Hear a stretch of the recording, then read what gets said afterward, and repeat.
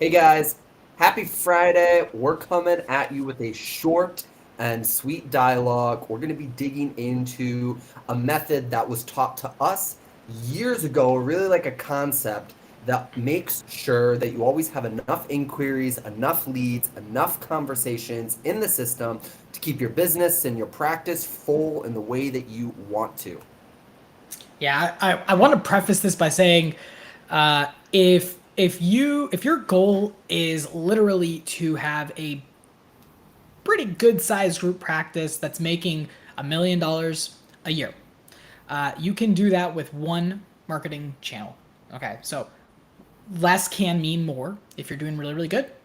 However, if you have some time, if you have the energy, if you have the bandwidth, we've kind of broken this down into three things that you probably should have.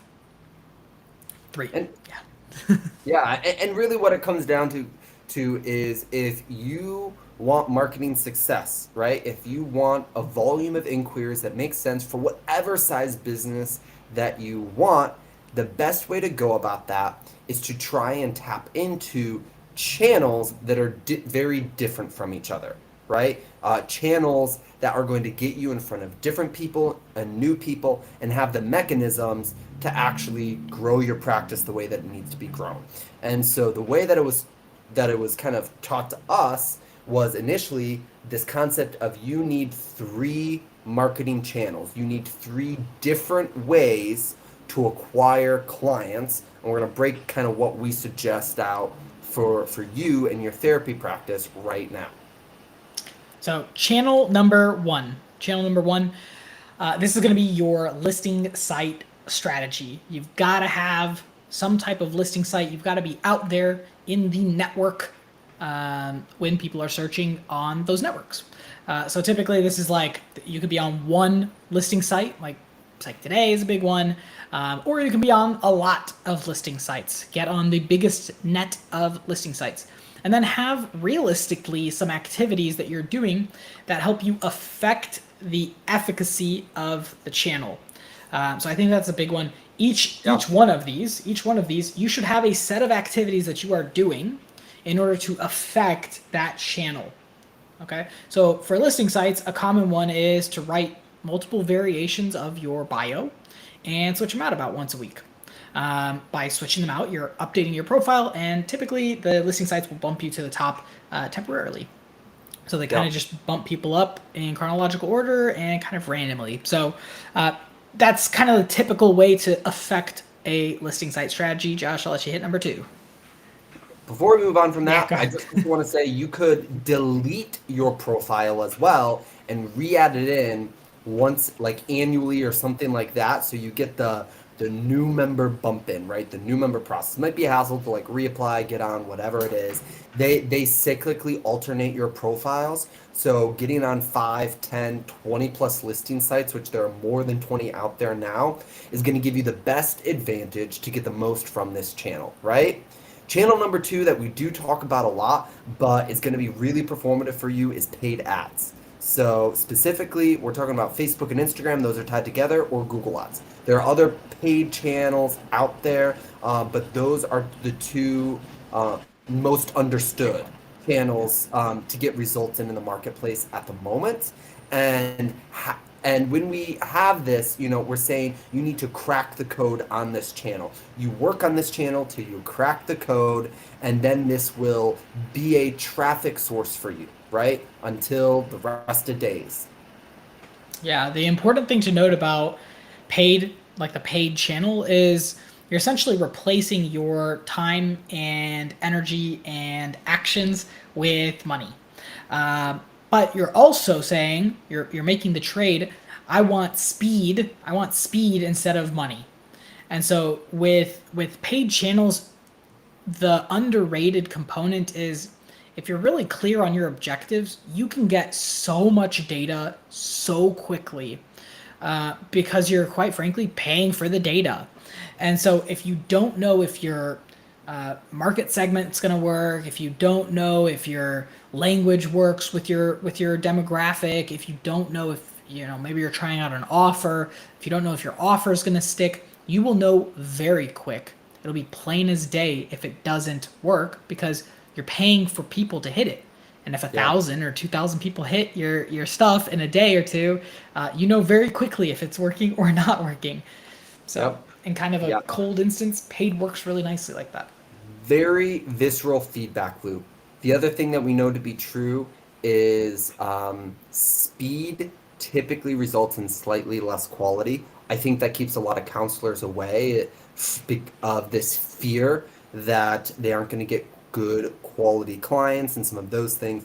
But I can tell you that in the last 90 days, from the literally thousands upon thousands of inquiries that the practices in our program have gotten from their paid ads, they're certainly finding a lot of quality clients in that when done correctly.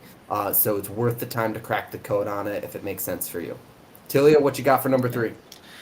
Number 3 is an earned strategy. An earned strategy. This typically means you're publishing some type of content. This typically means you're kind of putting yourself out there.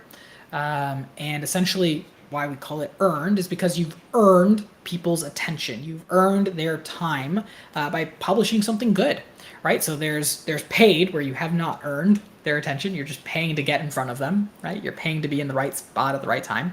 And then there's earned is you spent the time, you spent the energy to create something that people are naturally attracted to.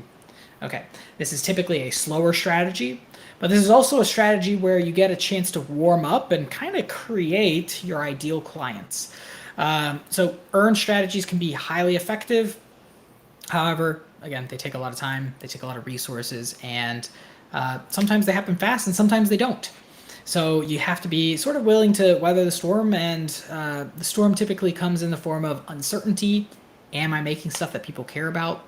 The storm typically comes in the form of when is this going to be? When is there going to be some type of return?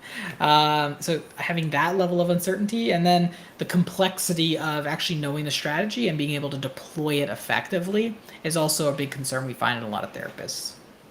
Yeah, I just want to say if you're listening to this and you're like, I've heard of paid ads, I've heard of posting organically and earning people's attention, right?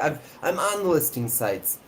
The process of this live is twofold for you. Number one, it's to distinguish the truth, the simple concept that if you go all in on 3 channels or less, you can and will be successful. You don't need to spread yourself so thin because there's probably somewhere between 10 and 20 really substantial ways that you could market your practice.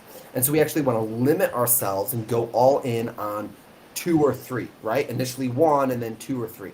The other thing that I want you to hear is long term, diversification is healthy, right? If you rely only on paid ads, if you rely only on listing sites or whatever it is, the day that that dries up, the day that something breaks, we see this sometimes like a Google account gets banned, X, Y, and Z, right? Then all of your referrals dry up immediately. And so it's yes about sustainability and diversification, but it's also about simplicity. You have to realize that 3 channels or less have the ability to build multi-million dollar private practices. Excuse me. I'd Sure, love to all see a of them billion are dollar. private practice, right? You know, calling at you better help. But separate from that, right? You can build a 6-figure and a 7-figure practice off of 3 simple channels when you figure out the levers to pull in each channel.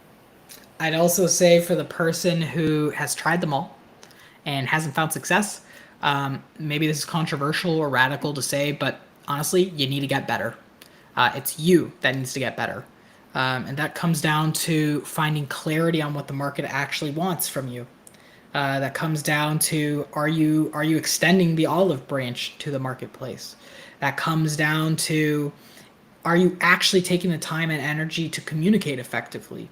Are Yeah. you actually taking the time and energy to solve the right problem? And right problem, typically, guys, I hate to break it to you, the right problem is usually actually sales rather than marketing, because marketing can get you opportunities pretty quick and easy, especially if you've got a service that people want, which we find is mental health. People want mental health services.